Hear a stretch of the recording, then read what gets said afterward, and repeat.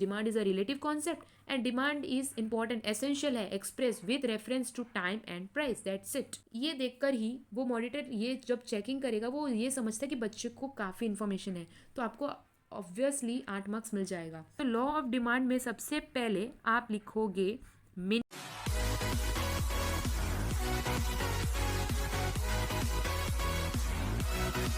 Hello guys, so welcome back to this new interesting YouTube channel Poonam Patel. So here is the last preparation for your boards. जैसे कि अभी आपका खाली last exam बाकी है economics का।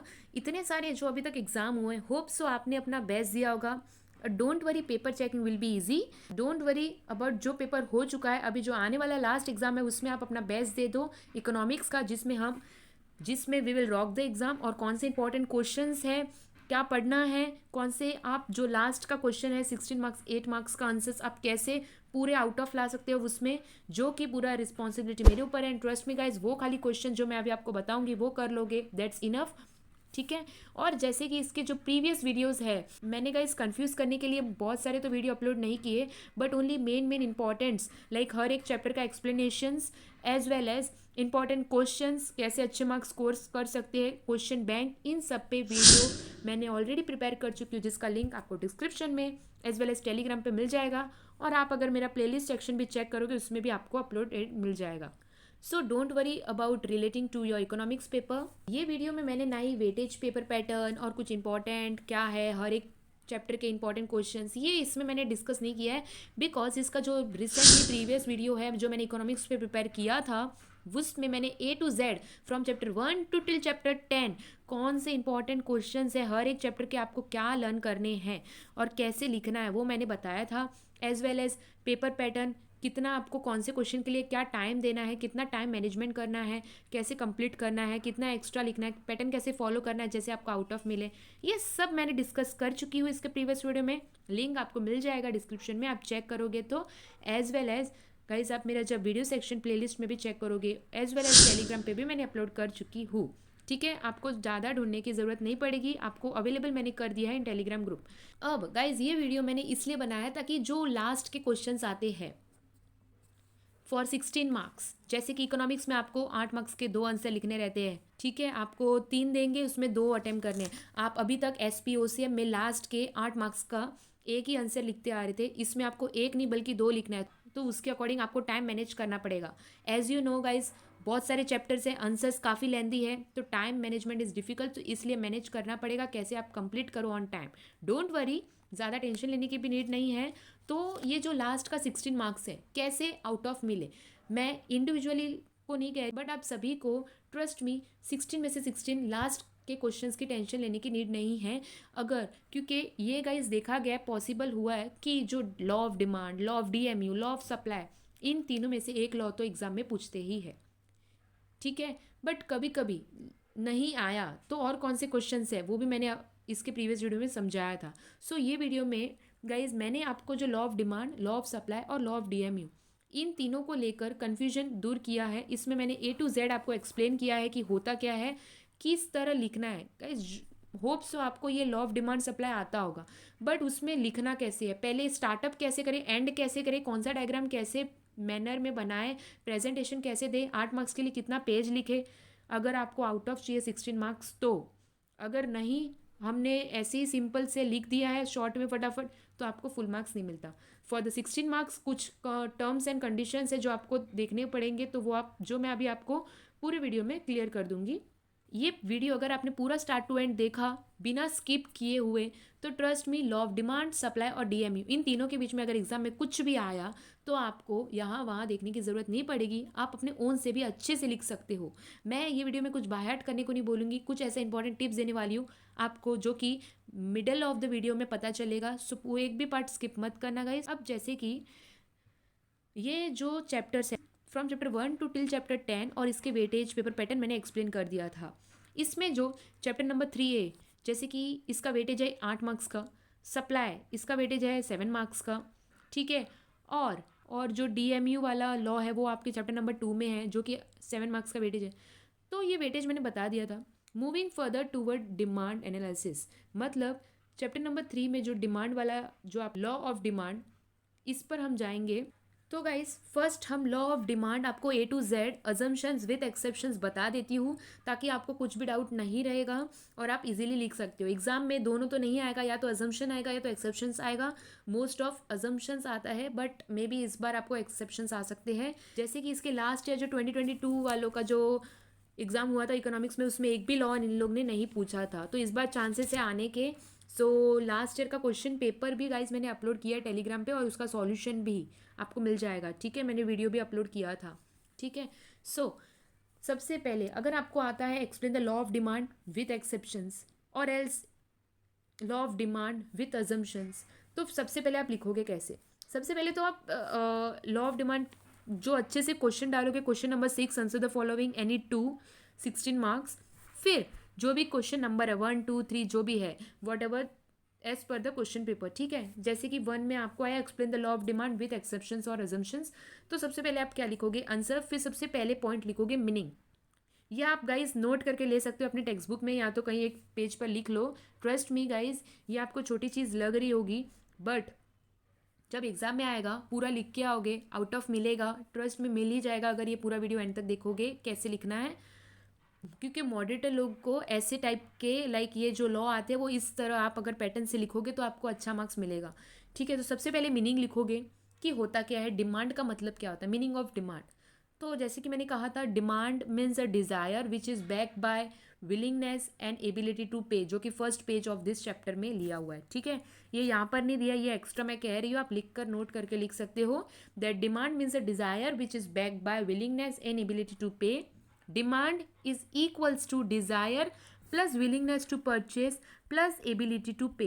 ये आपको कहाँ मिलेगा? जो मैं ये फॉर्मूला में बता रही हूँ वो आपको first page of year you will find year. ठीक है, demand is equals to desire plus willingness to purchase plus ability to pay, ऐसा लिखना है। ये आपका आया meaning of demand, first point हो गया। इसके बाद आप लिखोगे definition of demand. At least get definition of demand, supply, ये जो भी दिया रहता है ये आपको एटलीस्ट पढ़ना रहेगा। कुछ कुछ डेफिनेशन जो आपको लर्न करना है वो मैंने आपको प्रीवियस में बताया था, सभी लर्न करने को नहीं कह रही हूँ। ठीक है, सो डेफिनेशन, डिमांड का डेफिनेशन है क्या, जो कि आपके ये टेक्स्ट बुक के फर्स्ट पेज पर ही है। According to the Benham, the demand for anything at a given price is the amount of wait which will be bought per unit of time at that price. First page of this chapter आपको मिल जाएगा easily according to the Benham कि demand का definition क्या है। तो हमने सबसे पहला लिखा मीनिंग ऑफ डिमांड, फिर उसका फॉर्मूला बनाया, demand is equals to desire plus willingness to purchase plus ability to pay. फिर फॉर एग्जाम्पल भी वहाँ पर आपको दिया हुआ है, एक बार मैं फिर लेके चलती हूँ, यहाँ पर ये फर्स्ट पेज पे आपको सब दिया हुआ है। ठीक है, ये लिखा। फिर आपने वो मीनिंग के सेक्शन में लिखा, for example a poor person wants to have a car is a desire and second a rich person bought a car is a demand, ये हो गया। फिर आप सेकंड में लिखोगे डेफिनेशन ऑफ डिमांड, तो वो आपको इधर मिलेगा according to the Benham, the demand for anything at a given price is the amount of it which will be bought per unit of time at that price, ये हो गया।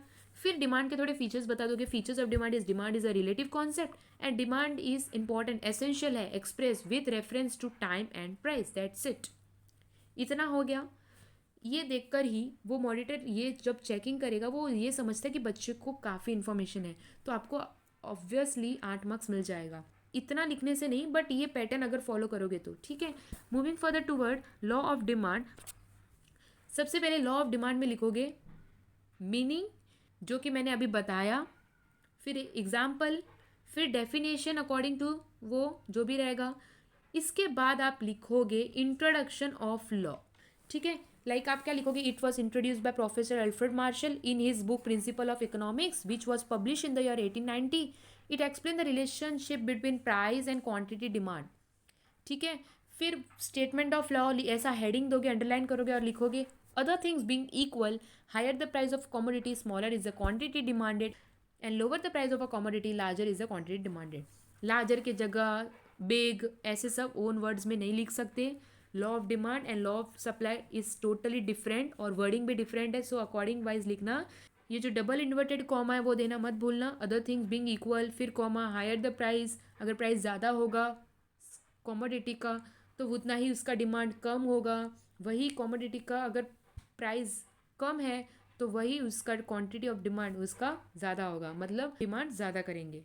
अभी फिर इसको आपको सिंपल वर्ड्स में भी समझाना होगा, इसमें आप ओन वर्ड्स में लिख सकते हो कि अदर्स फैक्टर्स रिमेन, सब चीज़ कांस्टेंट रहेगी। अगर if price of a commodity rise, demand falls, and if price of a commodity falls, demand rise. Thus it shows inverse, क्योंकि एक बढ़ रहा है तो एक डाउन जा रहा है, एक डाउन जा रहा है तो एक बढ़ रहा है, तो ये क्या हो रहा है, इनवर्स रिलेशनशिप हो रहा है. So it shows inverse relationship between two, that is price and quantity demanded. फिर आप लिखोगे the law of demand symbolically express as follows, ये वाला d x is equals to functional of p x, ये लिखना मत भूलना. इसके बाद आप हेडिंग दोगे शेड्यूल और टेबल बनाओगे, जो कि आपके यहाँ पर सेकंड पेज पे दिया हुआ है. ठीक है, आप शेड्यूल ऐसे हेडिंग दोगे, फिर टेबल बनाओगे. Price of a commodity 50 40 30 20 10 and quantity demanded of commodity in kgs at 1 2 3 4 5. ठीक है, इसको 3 या 2 पॉइंट में एक्सप्लेन करोगे. Like in the above schedule at price, own से गाइस, ओन से ट्राई करो कि इन द अबव शेड्यूल जो हमने बनाया एट प्राइस 50, जब प्राइस 50 रहता है तब क्वांटिटी डिमांड कम रहता है, that is 1. At price 40 quantity demanded 2 होता है, and at price 10 quantity demanded 5 होता है. सेकंड पॉइंट में इसको समझाओगे. Here we can see that price of a commodity falls, quantity demanded rises, and when price of a commodity rises quantity demanded falls. ठीक है, जब वो कमोडिटी का प्राइस बढ़ रहा है तब हम डिमांड कम कर रहे हैं, वही जैसे ही प्राइस कम हो रहा है वैसे ही हम डिमांड ज़्यादा कर रहे हैं, दैट इज़ 5. ठीक है, थर्ड पॉइंट में बताओगे this shows that an inverse relationship between price and quantity demanded. तो price increase demand falls and price falls demand increase, ऐसा करके आपको ये शेड्यूल समझाना है. इसके बाद हेडिंग दोगे डायग्राम का, और डायग्राम को एक्सप्लेन करना है. तो आप अच्छे से बनाओगे, होप सो डायग्राम तो आपको अच्छे से ये वाला बनाने आता होगा, प्रॉपरली बनाना. ठीक है, ये जो अंदर ऐसे सब दिया वो नहीं करोगे तो भी चलेगा, बट प्रॉपर ये स्लोप आपका डाउनवर्ड दिखना चाहिए. इसके नीचे आप एक्सप्लेनेशन कैसे लिखोगे. In the above diagram, x-axis represent the quantity demanded and y-axis represent the price of commodity. Second में लिख लोगे आप, as we can see that demand curve DD, ये जो है slope downward from left to right, which shows that higher the price of commodity, smaller is the quantity demanded, and lower the price of commodity, larger is the quantity demanded. Same as log ही यहाँ पर आपको same लिखना है. Third में लिखोगे thus there is inverse relationship between price and quantity demanded. ये आपका law over करता है. ये आपका जाएगा 3 to 4 पेजेस तक. अच्छे से मज़ा भी आएगा आपको, इंटरेस्टिंग भी लगेगा गाइस. और फटाफट आप इसको ज़्यादा टाइम पास नहीं करोगे, ये फटाफट कवरअप करोगे. ठीक है, सबसे पहले क्या लिखोगे, मीनिंग, फिर डेफिनेशन, फिर इंट्रोडक्शन ऑफ लॉ, फिर statement of law. Simple words में उसको समझाओगे, शेड्यूल बनाओगे, उसके नीचे 3 पॉइंट लिखोगे, डायग्राम बनाओगे, उसके नीचे 3 पॉइंट लिखोगे. अब बात आती है क्वेश्चन में क्या पूछा, एक्सेप्शंस या अजम्पशंस. अजम्पशंस पूछा है तो आप इजीली एक्सप्लेन करोगे. कांस्टेंट लेवल ऑफ इनकम, थोड़ा लर्न तो गाइस करना पड़ेगा आपको. ये आपको यहाँ पर दिया है पेज नंबर 21 पे, ये रहा. कांस्टेंट लेवल ऑफ इनकम मतलब इनकम अगर बढ़ रहा है तो डिमांड भी बढ़ेगा, एंड इनकम कम हो रहा है तो डिमांड भी कम होगा. ये अजम्पशंस है, लाइक ऐसे मानना पड़ेगा. ठीक है, अज्यूम करना पड़ेगा. फिर सेकंड है no change in size of population. फिर price of substitute goods remain constant, price of complementary goods remain constant, no expectation about future changes in price. फिर taste habit, no change in taxation policy. ये सब guys ये in depth मैंने chapter number 4 जब explain किया था, video आपको मिल जाएगा, आप अगर सर्च करोगे, या तो मैंने डिस्क्रिप्शन पे भी लिंक डाला है. ये जब मैंने समझा रही थी 3A डिमांड, उसमें मैंने एक एक अजम्पशन इजीली गाइज मैंने आपके लैंग्वेज में अच्छे से समझाया है. आप अपने ओन से भी लिख सकते हो, don't worry, as it is लिखने की नीड नहीं है, बस हेडिंग एज इट इज़ होना चाहिए. लॉ ऑफ डिमांड स्टार्ट कैसे करना है, एंड कैसे करना है, फिर कंक्लूजन लिखोगे. So here is the law of demand and it's assumptions. या तो एक्सेप्शंस आता है तो एंड इट्स एक्सेप्शंस. ठीक है, एक्सेप्शंस में भी आपको गिफन पैराडॉक्स, ये जो यहाँ पर दिया है, इतना बड़ा लिखने की नीड नहीं है, थोड़ा सा छोटा सा शॉर्ट में लिखोगे चलेगा, इजी है बट वो. ठीक है, prestige goods, price relation, speculation, ignorance, habitual goods, ये सब जो भी आएगा, दोनों तो नहीं आएगा, एक ही आएगा. आप अपने ओन से भी लिख सकते हो. और स्टार्ट कैसे करना है, एंड कैसे करना है, start with the meaning, and with the conclusion, और बीच में कैसे आपको पैटर्न बनाना है, डायग्राम, फिर बॉक्स, शेड्यूल, ये सब. ठीक है, hope you understand. Now moving further toward law of supply. So guys, law of supply भी कुछ इसी तरह लिखना है, बट आप लिखोगे कैसे, and this both law are totally different. So उसमें आपको वर्डिंग क्या याद रखना है, जैसे कि लॉ ऑफ सप्लाई में सबसे पहले आप लिखोगे meaning, the total amount of goods और services available for sale at any specified price is known as supply. या आपने जो मीनिंग याद किया है, मीनिंग ओन से लिख सकते हो, ये आपके first page of this chapter पे लिखा हुआ है. ठीक है, फिर definition according to the Paul Samuelson, जैसे कि मैंने कहा कुछ पर्टिकुलर टर्म्स के ही आपको डेफिनेशन लर्न करना है. डिमांड का मैंने अभी बोला बेनहेम के अकॉर्डिंग, और सप्लाई का पॉल सैमुअल्सन के अकॉर्डिंग, कि supply refers to the relation between market price and the amount of goods that producer are willing to supply. ये आपके first page of this chapter पे मिल जाएगा. देखोगे तो, ठीक है। मीनिंग एंड डेफिनेशन ऐसे हेडिंग दोगे, अंडरलाइन करोगे और लिखोगे। फिर लिखोगे इंट्रोडक्शन ऑफ लॉ। तो फिर कैसे लिखोगे उसके अंदर, it was introduce by professor Alfred martial in his book principle of economics which was publish in the year 1890। It explain the relation between price and quantity supplied.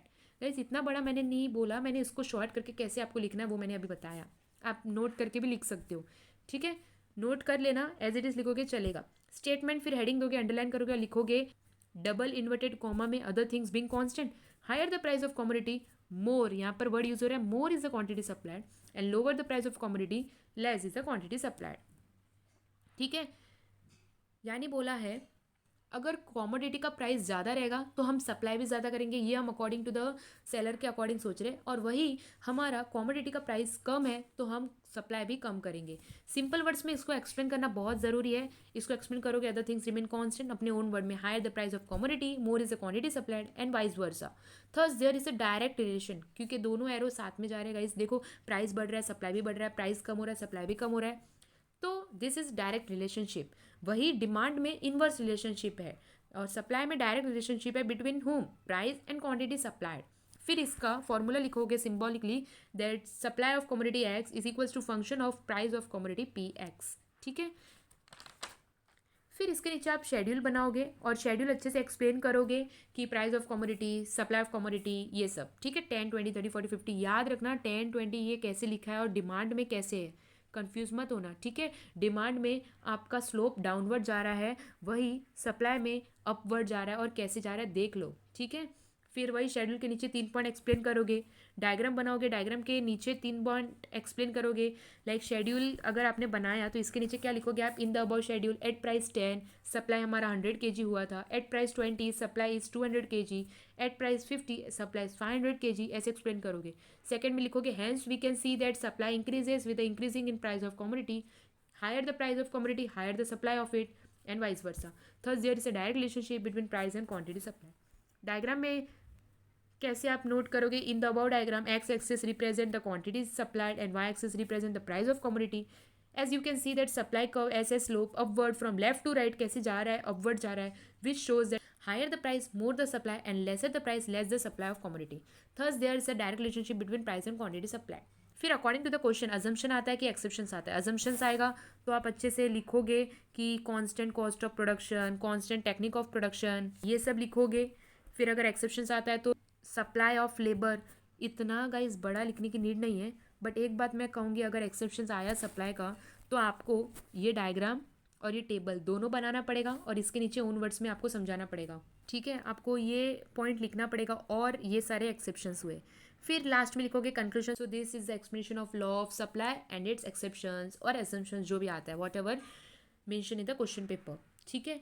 Heading as it is याद रखना exceptions और assumptions के, बाकी अंदर का आप own से भी लिख सकते हो। Hope you understand the law of demand and law of supply. Moving further toward law of diminishing marginal utility. जो मैंने अभी आपको लॉ ऑफ डिमांड और सप्लाई में स्मॉल स्मॉल थिंग्स बताई, जो आप मिस्टेक ना करो। होप यू अंडरस्टैंड, आपको कुछ डिफिकल्टी नहीं होगा, क्योंकि ये छोटी छोटी चीज़ मैटर करती है। अगर आपको पूरा आउट ऑफ लाना है इन द ऑब्जेक्टिव्स 20, फिर ये 16 मार्क्स आपके हाथ में। डिस्टिंक्शंस आपको खाली 2 पॉइंट ही लिखना है, ज़्यादा लिखना है नहीं। तो ये जो छोटी छोटी चीज़ है ये मैंने प्रीवियस वीडियो में डिस्कस की थी, और अभी जो मैंने बताया अगर आप ये फॉलो कर रहे हो, एज इट इज़ लिख रहे हो, ट्रस्ट मी आपको पूरा 16 मार्क्स मिलेगा। और कौन से क्वेश्चंस आ रहे हैं 8 मार्क्स के लिए वो भी मैंने अभी बताया, और इसके प्रीवियस वीडियो में मैंने डिस्कस किया था, ठीक है। सो आपको इसके रिलेटेड कुछ डाउट नहीं होना चाहिए। If you have any related doubt कि फिर भी आपको नहीं समझा किस तरह लिखना है, स्टार्ट कैसे करना है, let me know in comment. Also you can do message me on Instagram, link आपको कमेंट में पिन किया हुआ मिल जाएगा, ठीक है। सो लॉ ऑफ DMU, ये एक और लॉ है। आपके टोटल 3 लॉ है, डिमांड, सप्लाई और ये DMU, diminishing marginal utility. Startup कैसे करोगे, सबसे पहले मीनिंग लिखोगे, व्हाट इज यूटिलिटी, तो मीनिंग ऐसे अंडरलाइन करोगे। फिर लिखोगे utility analysis explain the consumer behaviour in relation to maximisation of satisfaction. In simple word utility means satisfying power of commodity. ये आपको first page of this chapter मिल जाएगा। फिर मार्जिनल यूटिलिटी के बारे में थोड़ा बताओगे। It refers to additional utility derive by the consumer from an additional unit of commodity consumed. फिर marginal utility diminishes with every consumption, it can be positive, negative and zero, ये बता दिया। फिर लिखोगे इंट्रोडक्शन, अंडरलाइन करोगे। फिर लिखोगे the law of DMU was first proposed by professor Gaussian but it is discuss in detail by professor Alfred martial. Demand और supply दोनों लॉ किसने बनाया था? अल्फ्रेड मार्शल ने। बट डीएमयू का first proposed by professor Gaussian, but discuss किया गया in depth में वो अल्फ्रेड मार्शल ने in his book principle of economics which was publish in the year 1819। Fix है ये ईयर, ठीक है। स्टेटमेंट लिखोगे, अंडरलाइन करोगे, statement of the law that is according to the professor Alfred Marshall, double inverted comma में, other things remaining constant, comma, the additional benefit which a person derives from a given increase in his stock of a thing diminishes with every increase in the stock that he already has. In simple words, the more of a thing you have, the less you want to have more of it. Best line इन्होंने बोली है, ठीक है। ये लिखना मत भूलना, ये स्टेटमेंट लिखने के बाद इन सिंपल वर्ड्स में ये लिखना ज़रूर, the more of a thing you have the less you want to have more of it, ठीक है। फिर शेड्यूल इसका बनाओगे, ये रहा यहाँ पर शेड्यूल बनाओगे, एक्सप्लेन करोगे कि this table shows that marginal utilities keeps on diminishing with increasing consumptions, further it becomes zero and then negative, ठीक है। सेकेंड पॉइंट में लिखोगे at the point zero which is also called as point of satiety and then it goes on negative which is called disutility. Diagram explain करोगे, draw करोगे अच्छे से, ठीक है। और यहाँ पर थोड़ा कलर शेड बताओगे, डिस यूटिलिटी का कलर शेडेड में बताओगे। फिर इसका एक्सप्लेनेशन लिखोगे, X axis indicates a unit of commodity whereas Y axis indicates a figure of marginal utility. Second में बताओगे the points of MU are plotted on the graph as per the given schedule, when the locus of all point is joint MU curve is derived. MU curve slopes downward from left to right, which shows that MU goes on diminishing when there is an increase in the consumption of a commodity. When MU becomes zero, MU curve intercepts the x-axis. The further consumption of commodity brings this utility, that is negative utility, which is shown by the shaded portion in the diagram. Conclusion लिखोगे, so this is the law of DMU and its assumptions और its exceptions. Assumptions exceptions जो आया वो आपको according heading as it is याद रखना, अंदर का उनसे लिख सकते हो, रीड करना, समझ लेना अच्छे से। ये चैप्टर के भी मैंने अच्छे से एक्सेप्शंस अजम्पशंस इन डेप्थ आपके लैंग्वेज में अच्छे से समझाया था, ठीक है। वीडियो देखना है तो आप शॉर्ट में देख सकते हो, लिंक आपको डिस्क्रिप्शन में मिल जाएगा। अब गाइज जो मैंने अभी एक्सप्लेनेशन दिया ये डायग्राम का, ये गाइज इसके नीचे यही सब लिखा है, बस मैंने उसको शॉर्ट करके आपको कैसे इजीली लिखना है ओन वर्ड्स में वो मैंने बताया। एज इट इज़ मैं नहीं कहूँगी कि आप मेरा वाला guys as it is point follow करो इन एग्ज़ाम में, आप बट एटलीस्ट सबका सुनो और खुद का फॉलो करो कि आपको कैसे लिखना चाहिए, ठीक है। ये बात याद रखना, यहाँ पर जो ओ है that is point of satisfaction satiety, ये जो -2 है वो है disutility that is negative utility, ठीक है। यहाँ पर बात खत्म हो गई, ये मैंने पूरा अच्छे से बता दिया ओन वर्ड्स में। आप एक बार फिर से रिकैप देख सकते हो कि मैंने कौन से पॉइंट कवर अप किए। एज इट इज़ लिखोगे, ट्रस्ट मी, पूरे 16 मार्क्स आपके हाथ में है। और no worries for the last question number 6 जो आता है 16 मार्क्स के लिए, इसके लिए आपको टेंशन लेने की नीड नहीं। अगर एक भी लॉ आ गया तो आप इस तरह फॉलो कर सकते हो, ठीक है। तीनों लॉ में से एक लॉ तो पॉसिबल है 95%, बट कुछ कह नहीं सकते गाइस कि अगर नहीं भी आया तो अदर्स आंसर्स भी है जो कि मैंने बताए थे इन द प्रीवियस वीडियो की, ये 8 मार्क्स के लिए आ सकता है। बट डोंट वरी, इसका नेक्स्ट वीडियो भी मैं वेरी सुन इंटरेस्टिंग प्रिपेयर कर रही हूँ, जो आपको मैं अपडेट कर दूंगी टेलीग्राम पे और वेरी सुन पोस्ट कर दूंगी। इसके बाद ऑन द स्पॉट इकोनॉमिक्स पे एक बेस्ट वीडियो होगा, और आपको कुछ हेल्प चाहिए let me know in comment. Also आपको कुछ डाउट है तो मैसेज में ऑन इंस्टाग्राम। और गाइज ये जो लास्ट का आंसर्स थे मेन में law of demand supply and DMU, वो मैंने अभी कवर अप करवा दिए कैसे लिखना है। आई थिंक सो कि ये आपको ज़्यादा कॉम्प्लिकेटेड लगा होगा, बट डोंट वरी गाइज, ये मैंने बहुत छोटी छोटी चीज़ बोली है। ये मोस्ट ऑफ वीडियो में आपको ऐसा देखने को नहीं मिलेगा कि आपको आंसर्स कैसे लिखने हैं, वो आपको बताएंगे as per the experience. I think कि मैं आपको ये बता दूँ तो एक बार खाली आप सुन लेना जो मैंने अभी बताया, आप रिकैप करके देख सकते हो। डिमांड सप्लाई और डीएमयू लॉ आपको कैसे प्रेजेंट करना है, या तो 8 मार्क्स का आंसर कैसे प्रेजेंट करना है, 3 to 4 पेजेस लिखना है, ठीक है। और इसके पहले जो मैंने वेटेज और पेपर पैटर्न पे बनाया था वीडियो, उसमें मैंने टाइम मैनेजमेंट बताया कि आपको कितना टाइम देना है। अब गाइज हर वीडियो आपको टाइम मैनेजमेंट बताएगा, बट टाइम आपके ऊपर डिपेंड है कि आप कैसे आंसर लिखते हो। अगर आपको वो आंसर लिखने नहीं आ रहा है, आप सोच कर लिख रहे हो, तो आपको वो ज़्यादा टाइम लेगा। आपको अच्छे से आ रहा है तो वो आपका टाइम कम लेगा, तो डिपेंड ऑन यू, ठीक है। कोई और वीडियो देखने मत जाओ कि इसके हमें इसके लिए कितना टाइम देना चाहिए, आप अपने से फिक्स करो कि आपको कितना टाइम लगता है, ठीक है। वेरी नेक्स्ट वीडियो बहुत इंटरेस्टिंग होगा इकोनॉमिक्स पे, और इसके बाद ऑन द स्पॉट मैं वो भी वीडियो अपलोड कर दूंगी, लेट नहीं होगा। एंड टेलीग्राम पे मैंने important links, important PDFs, question bank, सभी objective from chapter 1 to till chapter 10 सभी ऑब्जेक्टिव्स आपको एक ही पीडीएफ में मिल जाएगा, वो मैंने अपलोड किया है टेलीग्राम पे। आप अभी तक ज्वाइन नहीं हुए तो हो जाना, आपको अपडेट वहाँ पर सब मिल जाएगा। So hope you like this video. So अगर गाइस आपको कुछ भी हेल्प मिला हो, make sure that you subscribe this channel and share with your friends as much as you can. So stay tune, मिलते हैं next new interesting YouTube video में। तब तक के लिए stay happy, stay safe, thank you all.